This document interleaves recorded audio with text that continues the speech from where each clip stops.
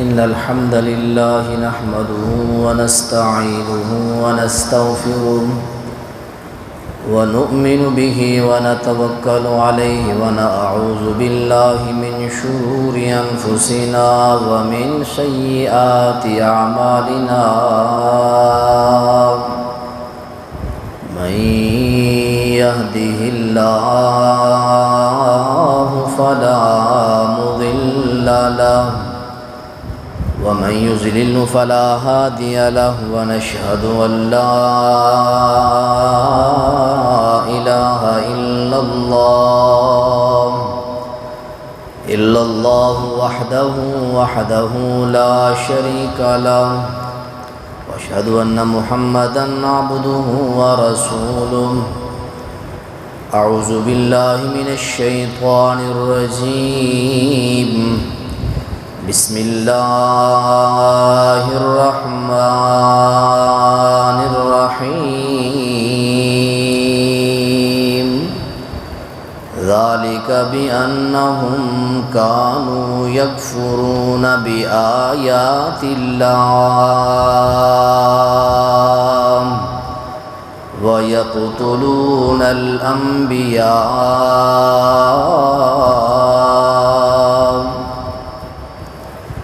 سورہ بقرہ میں اللہ تعالیٰ نے فرمایا کہ یہودی وہ لوگ ہیں جنہوں نے ہماری آیات کا انکار کیا،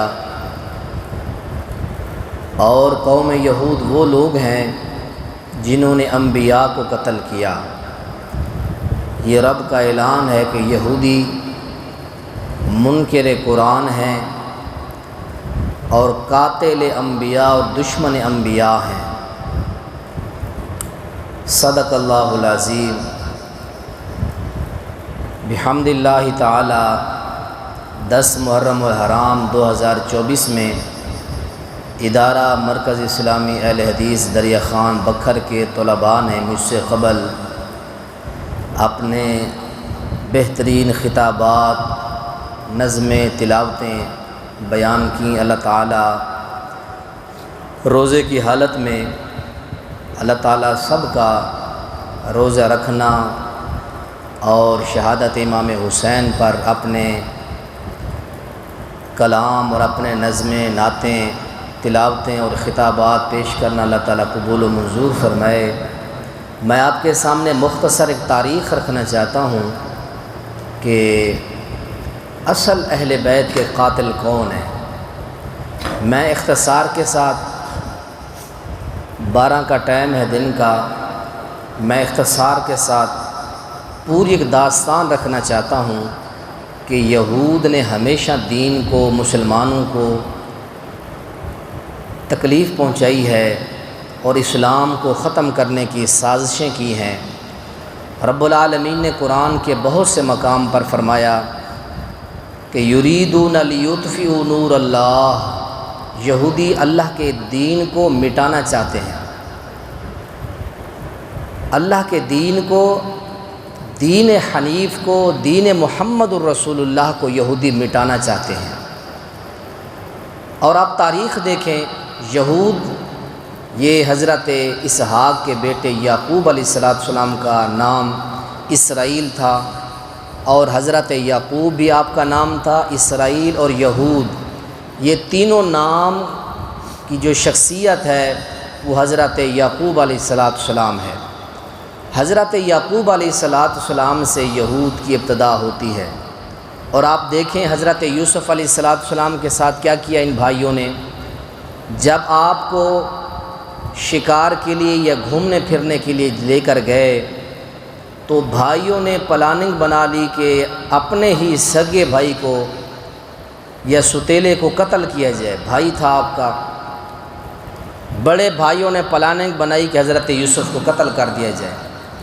ایک کہتا ہے کہ لا تقتلوا یوسف، یوسف کو قتل نہ کرو، اور ایک کہتا ہے کہ اقتلوا یوسف والقوہ فی غیابۃ الجب، ایک کہتا ہے قتل نہ کرو، دوسرا کہتا ہے قتل کرو، قتل کر کے اس کو اندھے کنویں میں ڈال دو۔ برکیف آپ کو کنویں میں ڈالا، ایک قمیض آپ کی اتاری، اس کے اوپر خون لگایا، باپ کو آ کر دیا، پھر چیختے چلاتے ہوئے ماتم کرتے ہوئے عشاء یبکون، عشاء کے وقت روتے ہوئے آپ کے پاس آئے، ماتم بھی کرتے آئے، قاتل بھی خود بنے تھے، سازش بھی خود کی، بعینہ وہی نقشہ آج کے لوگوں کا ہے جنہوں نے آپ کے اہل بیت کے ساتھ دشمنیاں کی، آج انہی لوگوں نے محبت کے لبادے اوڑھ کر اور جھوٹے یہ سوگ اور اظہار کر کے اہل بیت کے سچے محب ہونا کا دعویٰ کرتے ہیں۔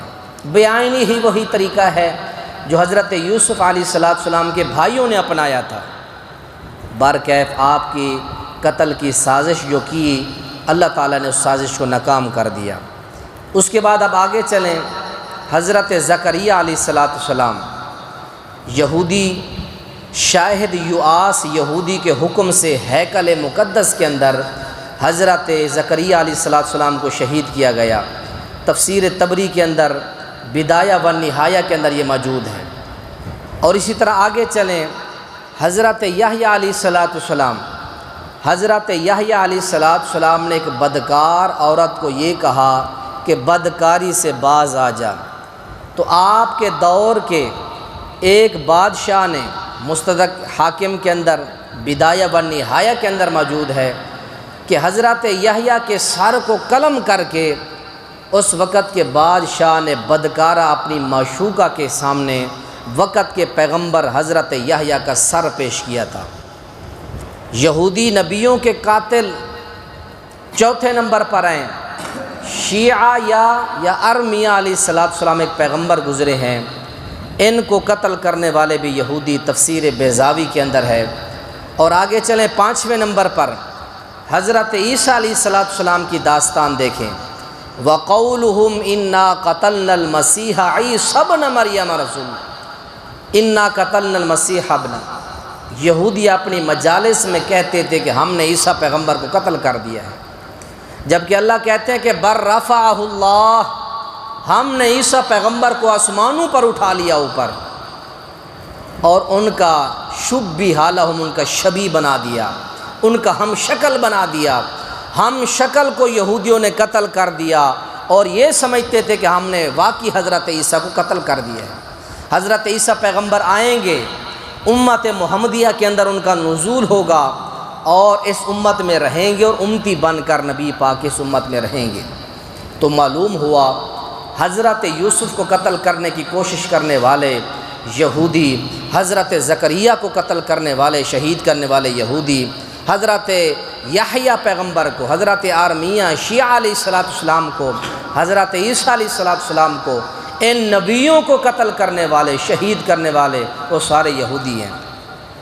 اللہ قرآن میں فرماتے ہیں یقتلون الانبیاء، یہودی نبیوں کے قاتل ہیں، ذالک بانہم کانوا یکفرون بآیات اللہ ویقتلون الانبیاء، یہودی قرآن کو، ایمان کو، مسلمانوں کو جھٹلانے والے، اور فرمایا کہ یہ لوگ وہ ہیں جو انبیاء کے قاتل ہیں۔ آگے چلیے، اپنے پیغمبر، میرے پیغمبر محبوب خدا جناب محمد عربی صلی اللہ علیہ وسلم کی زندگی دیکھیے۔ 17 قاتلانہ حملے ہوئے۔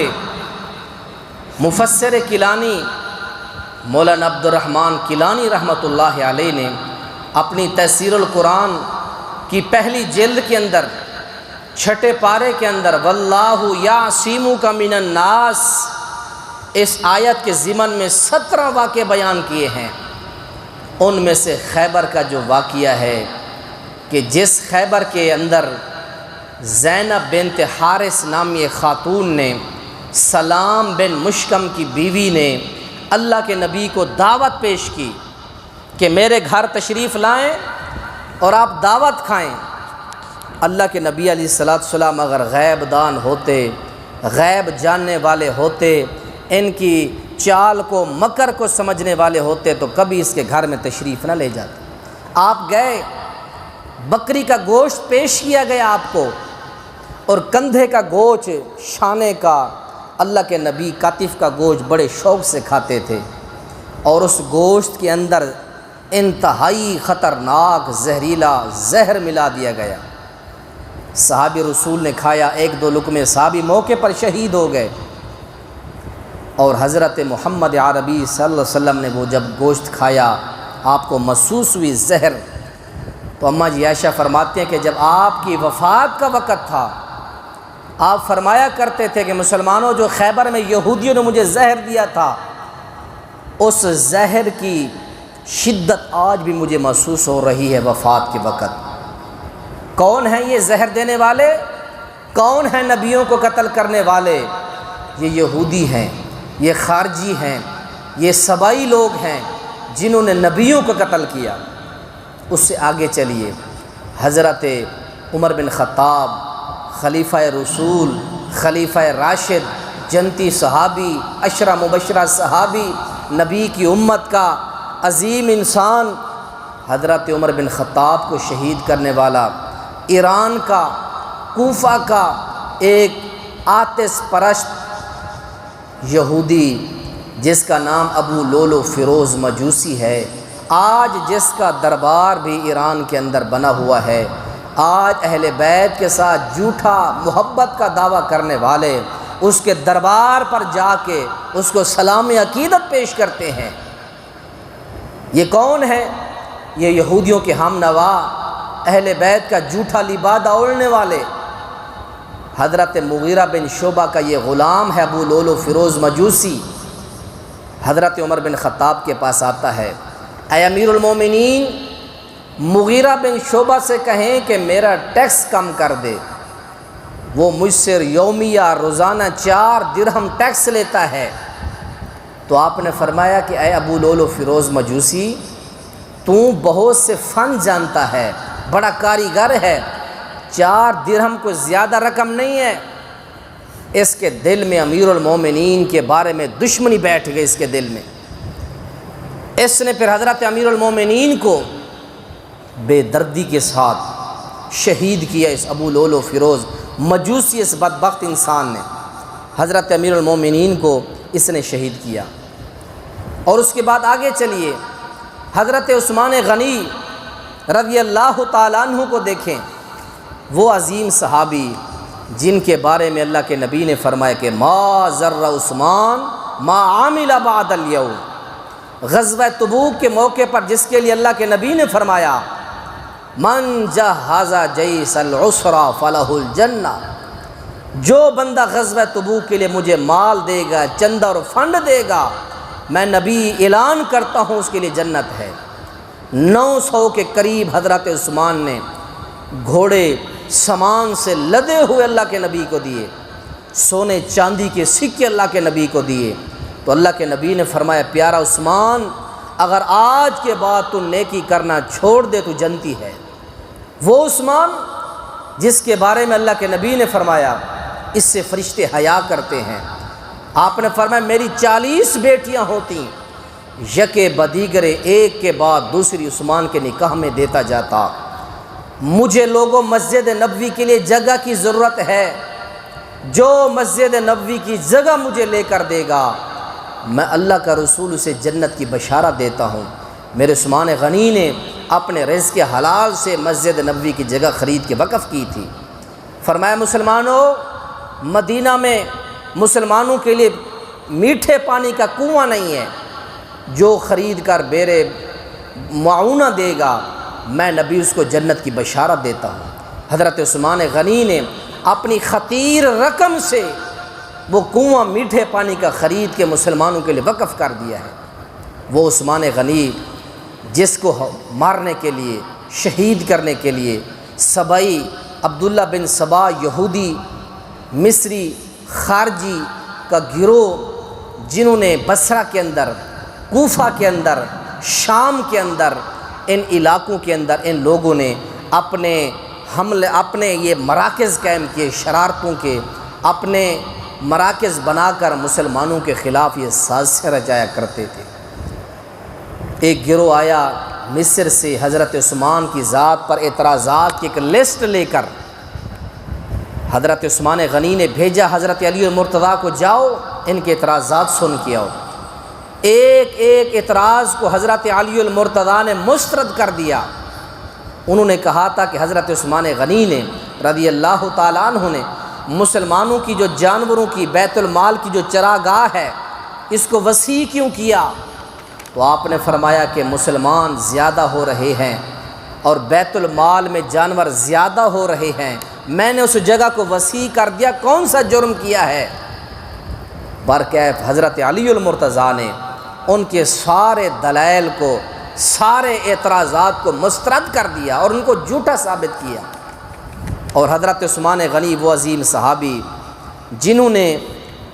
جن کو اللہ کے نبی نے بشارت دی تھی، افتح لہ وبشرہ بالجنہ الا بلوا تصیبہ، اے ابو موسیٰ جاؤ دروازہ کھولو، میرے عثمان کو بلاؤ اور میرے عثمان کو جنت کی بشارت دے دو اور کہہ دو کہ تمہیں دنیا میں کچھ مصیبتیں آزمائشیں آئیں گی، تم نے ان آزمائشوں پر صبر کرنا ہے۔ بڑے بڑے صحابی آئے، اے امیر المومنین ہمیں حکم دیجئے، یہ جو چند مصری خارجی صبائی آئے ہیں ہم ان کو چند منٹوں کے اندر ان کا قلع خمہ کر کے ان کو ختم کر دیتے ہیں۔ تو آپ نے فرمایا کہ جو مجھے اپنا امیر مانتا ہے یا جو مجھے امیر المومنین مانتا ہے، ان اعظمکم عندی غنائما من کف سلاحہ ویدہ، مصنف ابن ابی شیبہ طبقات ابن سعد کے اندر ہے، حضرت عثمان بن عفان نے فرمایا تم میں سے سب سے میرا بڑا مددگار معاون وہ ہے جو آج اپنے ہتھیار اور اپنے ہاتھ کو روکے رکھے گا۔ اگر چاہتے امیر المومنین حکم دیتے صحابہ کو تو یہ چند جو صبائی خارجی مصری عبداللہ بن سبا یہودی کے تربیت یافتہ مدینہ پر جنہوں نے دھاوا بول دیا تھا، اگر آپ چاہتے حکم دیتے تو صحابہ ان کی بوٹی بوٹی کر دیتے، ان کے جسموں کو ٹکڑے کر دیتے صحابہ۔ اور امیر المومنین حضرت معاویہ شام سے تشریف لائے اور دیگر صحابہ نے کہا تھا کہ جب 313 تھے تو اللہ نے مدد کی تھی، آج تو بہت زیادہ، حکم دیجئے ان کا ہم علاج کرتے ہیں۔ آپ نے فرمایا نہیں۔ الغرض حضرت عثمان غنی رضی اللہ تعالیٰ عنہ نے جام شہادت نوش فرمائی، لیکن آپ نے مدینہ تو رسول کو خون آلودہ نہیں ہونے دیا۔ حضرت عثمان غنی پر جو اعتراضات کیے گئے تھے، حضرت عثمان غنی رضی اللہ تعالیٰ عنہ نے صحابہ کی کمیٹی بنا کر شام کے اندر، بصرہ کے اندر، کوفہ کے اندر حضرت عثمان غنی رضی اللہ تعالیٰ عنہ نے حضرت محمد بن مسلمہ کو کوفہ کے اندر بھیجا، حضرت اسامہ بن زید کو بصرہ میں بھیجا، حضرت عمار بن یاسر کو مصر کے اندر بھیجا۔ جاؤ مدینہ کے اندر مختلف ان علاقوں سے، ان صوبوں سے خطوط آ رہے ہیں۔ یہ 3 صحابی گئے، ایک بھی اعتراض لے کر ان علاقوں سے نہیں ہے، پھر بھی خطوط کا سلسلہ جاری رہا۔ پھر حضرت عثمان غنی نے رضی اللہ تعالیٰ عنہ نے ان صوبوں کے گورنروں کو طلب فرمایا۔ حضرت عثمان غنی نے فرمایا کہ حج کے موقع پر تمام بصرہ سے عبداللہ بن عامر تشریف لائیں، اور مصر سے عبداللہ بن سعد، شام سے امیر معاویہ رضی اللہ تعالیٰ عنہ، اور کوفہ سے سعید بن عاص تشریف لائیں، اور جس بندے کو میری حکومت پر اعتراض ہے یا میرے کسی گورنر کے اوپر اعتراض ہے اس بندے کو اپنے ہمراہ لائیں۔ یہ چاروں صحابی حضرت عثمان غنی کے پاس آئے، ایک بندہ بھی نہیں آیا جو شکایت کرنے والا ہو۔ الغرض حضرت عثمان غنی رضی اللہ تعالیٰ عنہ کو بے قصور اور آپ کو ناجائز خارجیوں نے، سبائیوں نے، عبداللہ بن سبا کے تربیت یافتہ نے قتل کر دیا۔ اس کے بعد جنگ جمل پیش آئی۔ جنگ جمل کیا ہے؟ اماں جی عائشہ رضی اللہ عنہا نے حضرت عثمان غنی کے قصاص کا مطالبہ کر دیا۔ ایک گروہ بن گیا اماں جی عائشہ کا، اور ایک گروہ حضرت علی المرتضیٰ کا بن گیا۔ اب دونوں گروہ آمنے سامنے ہیں۔ اماں جی عائشہ رضی اللہ عنہا نے جب دیکھا کہ میرا گروہ بھی سامنے آ چکا ہے، علی اور مرتضیٰ کا گروہ بھی سامنے آ چکا ہے، تو اماں جی عائشہ نے حضرت عثمان کے قصاص کا مطالبہ دہرایا۔ حضرت علی المرتضیٰ نے قبول فرما لیا کہ جیسے حالات سازگار ہوتے ہیں، حالات بہتر ہوتے ہیں، تو ہم حضرت عثمان غنی کے قاتلوں کو پکڑیں گے، مواخذہ کریں گے ان کا۔ تو میرے بھائیوں، بدایہ و نہایہ کی جلد 7 صفحہ نمبر 238 ہے، اس کے اندر لکھا ہے کہ جس وقت سبائیوں نے خارجیوں نے دیکھا کہ فاریحا ہاؤلا و ہاؤلا، اماں جی عائشہ کا گروہ بھی خوش ہو گیا، حضرت علی کا گروہ بھی خوش ہو گیا کہ ہماری جنگ بندی بند ہو گئی، اب اتفاق ہو گیا ہے۔ فاریحا ہاؤلا و ہاؤلا، دونوں گروہ خوش ہو گئے کہ ہماری بات اور مسئلہ طے ہو گیا ہے۔ لیکن جب ورأى الناس فینا واللہ احد ان یصطلحوا، جب خارجیوں نے، سبائیوں نے، یہودیوں نے دیکھا کہ اب مسلمان متفق ہو رہے ہیں آپس میں، اگر یہ اللہ کی قسم متفق ہو گئے، ان لوگوں کا اتفاق پھر ہم خارجیوں یہودیوں کے خون پر ہوگا۔ تو ان بدبختوں نے پھر کیا کیا؟ وَجَعَلُوا يَتَسَاءَلُونَ لَيْلَتَهُمْ كُلَّهَا، ساری رات یہ سوچتے رہے۔ بالآخر عبداللہ بن سبا یہودی نے مشورہ دیا کہ اچانک اماں جی عائشہ کے لشکر پر حملہ کر دو۔ جیسے حضرت اماں جی عائشہ رضی اللہ عنہ کے لشکر پر حملہ ہوا تو اماں جی عائشہ کے جو گروہ میں لوگ تھے صحابہ، انہوں نے سمجھا کہ حضرت علی کے گروہ نے حملہ کر دیا ہے، تو اماں جی عائشہ کے گروہ نے حضرت علی کے لشکر پر حملہ کیا، حضرت علی کے لشکر نے اماں عائشہ کے لشکر پر حملہ کیا۔ در حقیقت درمیان میں عبداللہ بن سبا یہودی کی چال تھی۔ اس کا نقصان کیا ہوا؟ عظیم صحابی حضرت طلحہ کو، حضرت زبیر رضی اللہ عنہما کو خارجی یہودیوں نے شہید کر دیا۔ دونوں مسلمانوں کے لشکر باہم متفق ہو چکے تھے، یہودی خارجیوں نے درمیان میں آگ کی چنگاری برپا کر دی، تو جس کی وجہ سے 2 عظیم صحابی شہید ہو گئے۔ اماں جی عائشہ کے اونٹ کی ٹانگیں کاٹ دی گئیں، اماں جی عائشہ نیچے گر گئیں۔ بہرکیف یہ بھی یہودیوں کی، سبائیوں کی، عراقیوں کی اور کوفیوں کی یہ ساری سازش تھی۔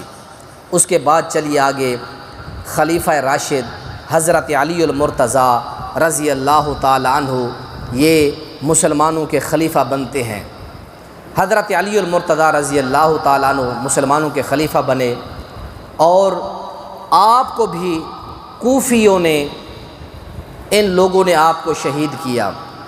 یہ کوفی کون لوگ تھے؟ یہ عراق کے رہنے والے، جہاں حضرت حسن شہید، حضرت حسین شہید ہوئے، جہاں حضرت علی شہید ہوئے، ایک علاقہ ہے کوفہ، اور اسی کوفہ کے لوگ ہیں ایران، عراق کے رہنے والے یہ لوگ۔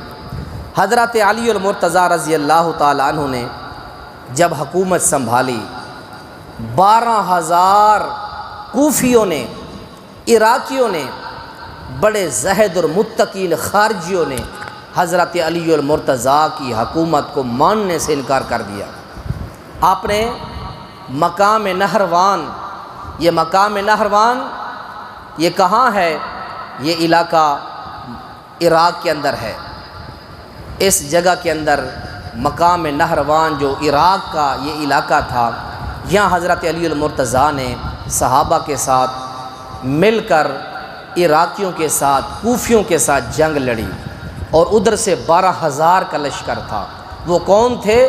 حضرت علی کی حکومت اور خلافت کے منکر تھے وہ لوگ۔ انہوں نے کہا ہم نے آپ کی خلافت نہیں ماننی۔ تو مقام نہروان پر حضرت علی نے اللہ کی مدد سے ایسی زبردست جنگ لڑی، 12,000 کے 12,000 واصل جہنم کر دیے گئے خارجی، سوائے 9 لوگ بچے۔ ان 9 میں سے 3 جو بدبخت لوگ تھے، ایک کا نام تھا عبد الرحمن بن ملجم، جس نے حضرت علی المرتضیٰ کو شہید کرنے کا پروگرام بنایا، اور ایک تھا حجاج بن عبد برق، جس نے حضرت امیر معاویہ کو شہید کرنے کا پروگرام بنایا، اور تیسرے کا نام تھا عامر بن بکر تمیمی، اس نے حضرت عامر بن عاص کو شہید کرنے کا پروگرام بنایا۔ اور تینوں نے ارادہ کیا کہ بیک وقت صبح کی نماز میں حضرت علی المرتضیٰ، حضرت امیر معاویہ جو شام میں تھے، حضرت علی کوفہ کے اندر تھے، حضرت عامر بن عاص شام جو ہے مصر کے اندر تھے، تینوں نے پلاننگ کی۔ یہ خارجی تھے جو حضرت علی سے جنگ ہارے ہوئے تھے، وہ عراق کے تھے، وہ کوفہ کے رہنے والے تھے، اور اسی کوفہ کے عراقیوں نے حضرت امام حسین کو شہید کیا۔ یہ کون تھے؟ یہود کے تربیت یافتہ تھے، یہود کے پالے ہوئے، یہ یہود کی ایجنسی کے لوگ تھے، یہ جنہوں نے نبیوں کو قتل کیا، محمد عربی کو زہر دیا، اور حضرت عثمان کو، حضرت عمر فاروق کو جنہوں نے شہید کیا، بالآخر ان کی آگ بجھی حضرت علی اور مرتضیٰ کے خون پر۔ سن 40 ہجری ہے، صبح کی نماز کا وقت ہے، آپ کوفہ کی مسجد میں نماز پڑھانے کے لیے آئے۔ عبد الرحمن بن ملجم، یہ بدبخت عراق کا رہنے والا، یمن کا رہنے والا، جس نے حضرت علی و مرتضیٰ رضی اللہ تعالی عنہ کو شہید کیا، خنجر مارا، حضرت علی و مرتضیٰ کو ضرب لگی، اور آپ 21 رمضان کو شہید ہو گئے، اس دنیا فانی سے چلے گئے۔ آپ کو قتل کرنے والا، شہید کرنے والا، یہ عبد الرحمن بن ملجم، عبداللہ بن سبا خارجی، اور یہ یہودیوں کا پالا ہوا، یہ بھی وہی ہتھ کنڈا تھا ان کا۔ سن 40 ہجری کے اندر حضرت علی شہید ہو گئے، اور سن 40 کے بعد منصب خلافت پر حضرت حسن تشریف لائے۔ نواسۂ رسول حضرت حسن رضی اللہ تعالیٰ عنہ جب تشریف لائے تو حضرت امیر معاویہ رضی اللہ تعالیٰ عنہ کو اسلامی سارے صوبوں نے آپ کو امیر تسلیم کر لیا، سوائے عراق کے کوفہ کے لوگوں کے۔ انہوں نے کہا تھا کہ ہم کسی بھی بنو امیہ کے فرد کو تسلیم نہیں کرتے۔ حضرت امیر معاویہ بنو امیہ سے تھے، سارے صوبوں نے مانا، سوائے عراق کوفہ کے لوگوں نے نہیں مانا۔ تو حضرت حسن رضی اللہ تعالیٰ عنہ نے وقتی طور پر چند یہ مٹھی بھر جو فتنہ پرور لوگ تھے، ان سے آپ نے بیعت لے لی تاکہ فتنہ نہ ہو۔ جیسے آپ نے ان سے بیعت لی، ان لوگوں نے حضرت حسن کے کان بھرنے شروع کر دیے حضرت علی اور مرتضیٰ، حضرت امیر معاویہ کے خلاف، کہ آپ ان کے خلاف نکلیں، فلاں کریں۔ حضرت حسن سمجھ گئے کہ یہ لوگ اب ہمیں لڑانا چاہتے ہیں، اور اللہ کے نبی کی ایک بشارت بھی تھی کہ میرا جو یہ نواسہ بیٹا حسن ہے، دو مسلمانوں کی آپس کی جنگ کی خاتمہ کا ذریعہ بنے گا۔ وہ اللہ کے نبی کی پیشین گوئی بھی تھی۔ تو حضرت حسن رضی اللہ تعالیٰ عنہ نے کوفہ کے اندر حضرت علی کے منبر پر حضرت معاویہ کو بلایا، بٹھایا، آپ کے ہاتھ پر حضرت حسن نے بیعت کی۔ یہ شیعہ کتابوں میں بھی لکھا ہوا ہے، حضرت حسن نے حضرت معاویہ کے ہاتھ پر بیعت کی، حضرت حسین نے بھی کی۔ وہاں کے جو چیف کمانڈر تھے، وہاں کے جتنے لوگ تھے، سبھی نے حضرت حسن، اور تمام نے حضرت حسن، حسین، سبھی نے حضرت امیر معاویہ کو خلیفہ مانا۔ جب آپ کو خلیفہ مان لیا تو پھر عراقیوں کے دل میں اور نفرت بیٹھ گئی حضرت حسن کے بارے میں، اور انہوں نے کیا کہا، اور برے برے القاب دیے حضرت حسن کو، مذل المومنین۔ اس حسن نے تو مومنوں کو ذلیل کروا دیا، اور پھر کہنے لگے کہ عار المومنین، آر دلئی حسن نے مومنوں کو، مسودہ وجہہ المومنین، حسن نے مومنوں کے منہ کالے کروائے۔ آج جو اپنے آپ کو مومن کہتے ہیں، یہ حضرت حسن کو اس القاب سے اور ان باتوں سے ملقب کیا کرتے تھے۔ آج تمہیں ان نام نہادوں کے پنڈالوں میں، جلوسوں میں حضرت امام حسن کا نام نظر نہیں آئے گا نظر نام، حضرت علی کا نام نظر نہیں آئے گا، بڑی مشکل سے آئے گا۔ حضرت حسن رضی اللہ تعالیٰ عنہ کو قتل کرنے کی جرأت تو نہ ہوئی، تو پھر ان ظالموں نے جعدہ بنت اشعث جو حضرت حسن کی بیوی تھی، حضرت حسن کی بیوی کے ذریعے حضرت حسن کو زہر دلوایا گیا، اور اس طرح حضرت حسن کو بھی شہید کر دیا گیا۔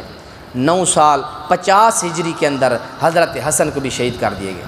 40 ہجری میں حضرت علی شہید ہوئے، اور 50 ہجری کے اندر حضرت حسن کو بھی شہید کر دیا گیا۔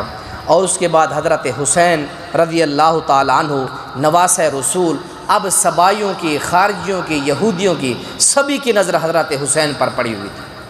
حضرت حسین رضی اللہ تعالیٰ عنہ نے یہ سارے معاملات دیکھے۔ حضرت حسن رضی اللہ تعالیٰ عنہ کی ایک لمبی داستان ہے۔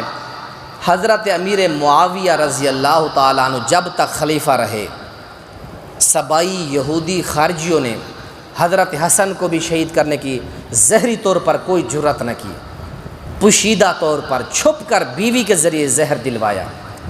جیسے حضرت امیر معاویہ کی وفات ہوئی، وفات کے فوراً بعد سبائی یہودیوں خارجیوں کا اگلا جو ٹارگیٹ تھا وہ حضرت حسین تھا۔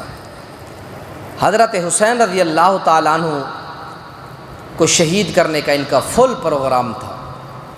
حضرت حسن رضی اللہ تعالیٰ عنہ کو کوفہ سے 18,000 یا بلکہ 2 بڑے بورے بھرے ہوئے خطوں کے موصول ہوئے کہ اے امام صاحب تشریف لائیں، ہم آپ کے منتظر ہیں۔ بڑے خطوط دے کر بلایا گیا، آپ کو مدعو کیا گیا۔ حضرت حسن رضی اللہ تعالیٰ عنہ نے کوفہ جانے کا پروگرام بنایا، اور دمشق سے یزید نے حضرت ابن عباس کو بھی خط لکھا، اور جاتے ہوئے حضرت حسین کو حضرت عباس نے بھی کہہ دیا تھا کہ اے میرے بھائی آپ کوفہ میں تشریف نہ لے جائیں۔ ابن عباس نے کہا وہاں کے حالات، وہاں کے معاملات جو ہیں وہ سازگار نہیں ہیں۔ آپ نے فرمایا اے ابن عباس میں جنگ نہیں چاہتا، میں حکومت نہیں چاہتا، میں اصلاح چاہتا ہوں۔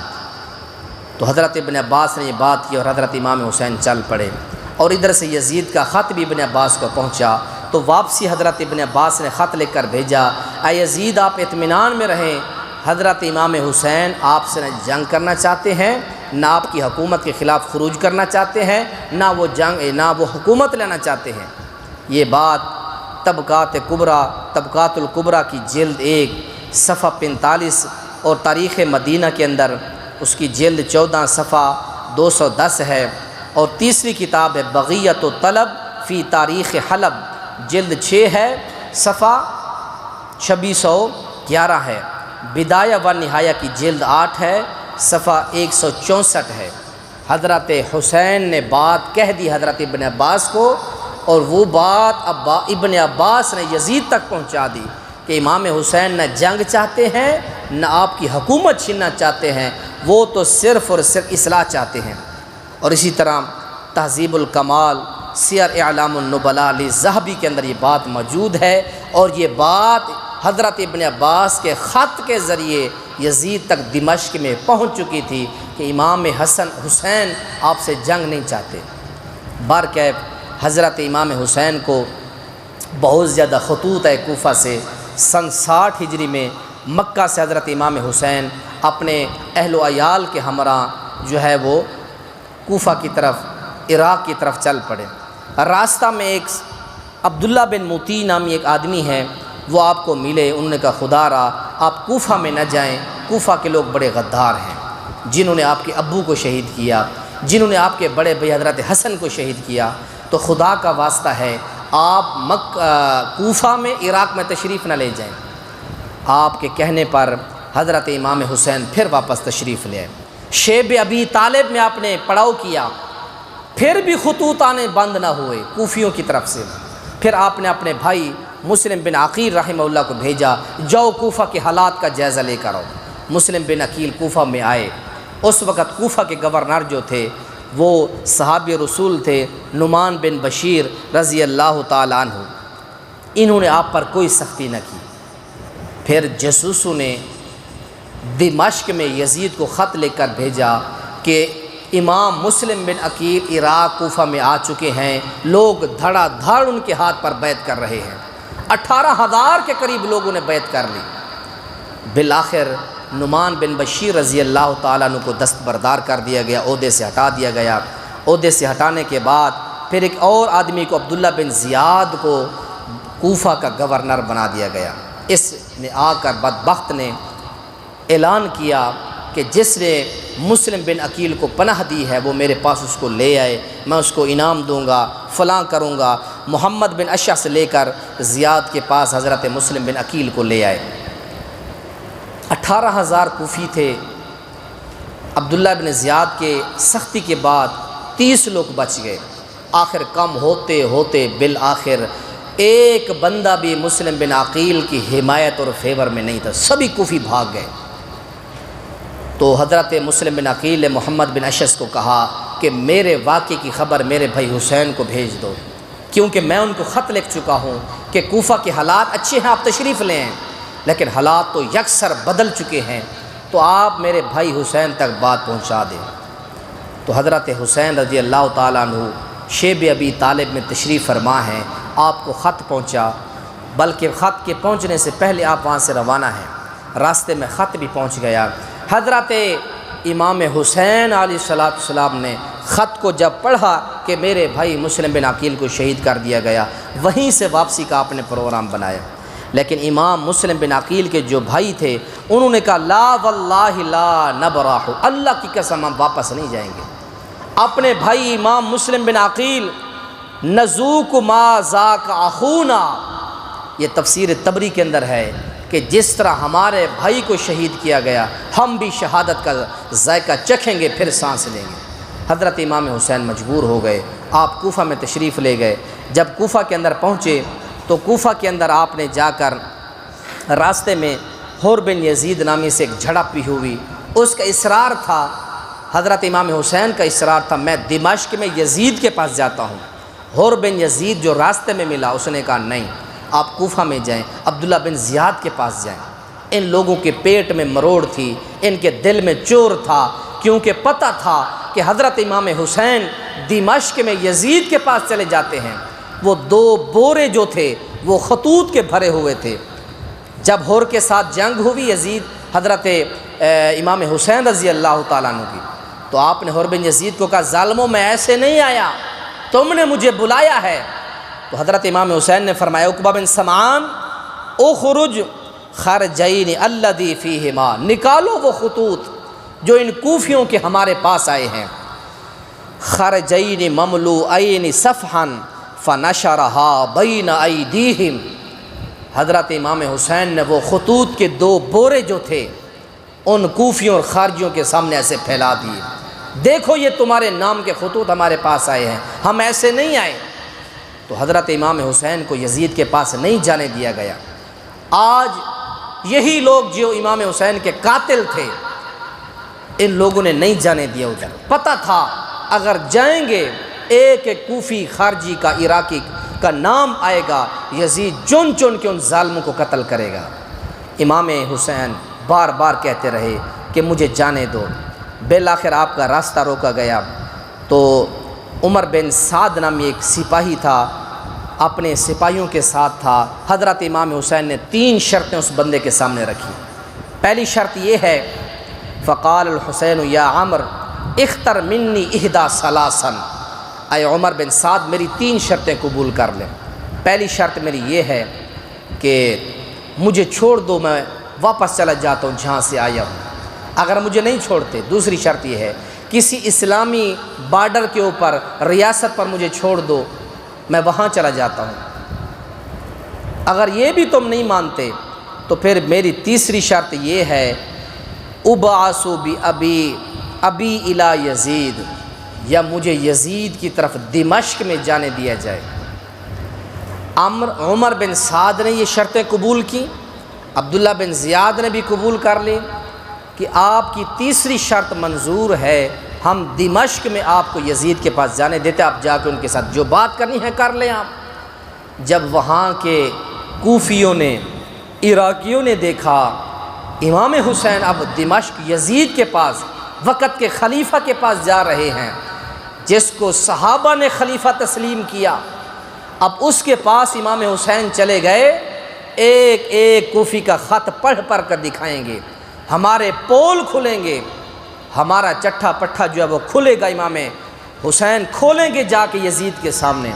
تو پھر ان باغیوں نے، ان سرپسندیوں نے، کوفیوں نے اپنی جان کو خطرے میں جب محسوس کیا تو کربلا کے میدان میں امام حسین رضی اللہ تعالی عنہ اور آپ کے اہل و عیال کے اوپر دھاوا بول دیا اور حملہ کر دیا۔ آپ کے 73 رفقا کو، بچوں کو میدان کربلا کے اندر شہید کر دیا گیا۔ المحاسن والمساوی للبہقی کی صفحہ 28 کے اوپر اور تفسیر طبری کے اندر یہ بات موجود ہے۔ کوفیوں نے جب خطرہ محسوس کیا کہ امام صاحب اگر دمشق میں یزید کے پاس پہنچ گئے پھر ہماری خیر نہیں ہے، تو آپ کو ان ظالموں نے شہید کر دیا۔ آپ کی شہادت کا واقعہ المناک واقعہ ہے۔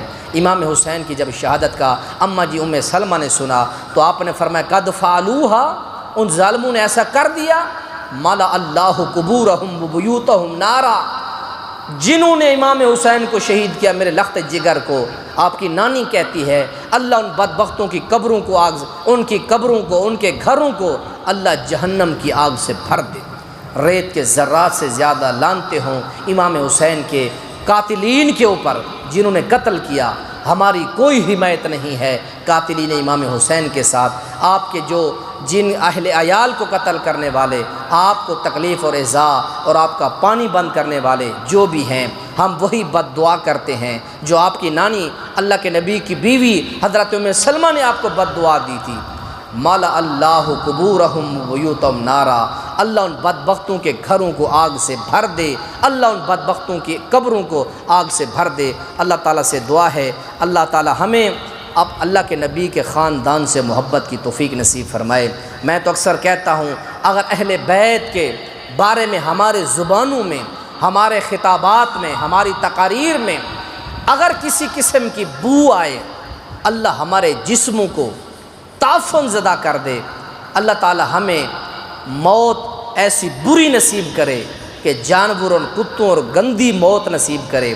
اگر ہمارے دلوں کے اندر اہل بیت کے بارے میں دشمنی ہو، اہل بیت کے دشمنوں کے ساتھ ہماری حمایت ہو، ہم کہتے اللہ ہمارے جسموں کو پھاڑ دے، اللہ ہمیں بدترین موت دے۔ اگر ہم قاتلین امام حسین کے ساتھ محبت رکھیں، ہماری محبت ہمارے دوستانے، ہمارے یارانے اہل بیت کے ساتھ ہیں، نبی کے اصحاب کے ساتھ ہیں۔ امام تیمیہ اور دیگر ائمہ فرماتے ہیں اہل بیت کے ساتھ محبت کرنا یہ ایمان کی نشانی ہے۔ ہم اہل بیت کی صف میں ہیں۔ اللہ کے نبی کی جو وصیت ہے، میں اپنا قرآن اور اپنا دین چھوڑ کر جا رہا ہوں، وَإِطْرَاتِ أَهْلِ بَيْتِي، اور اپنا اہل بیت چھوڑ کے جا رہا ہوں۔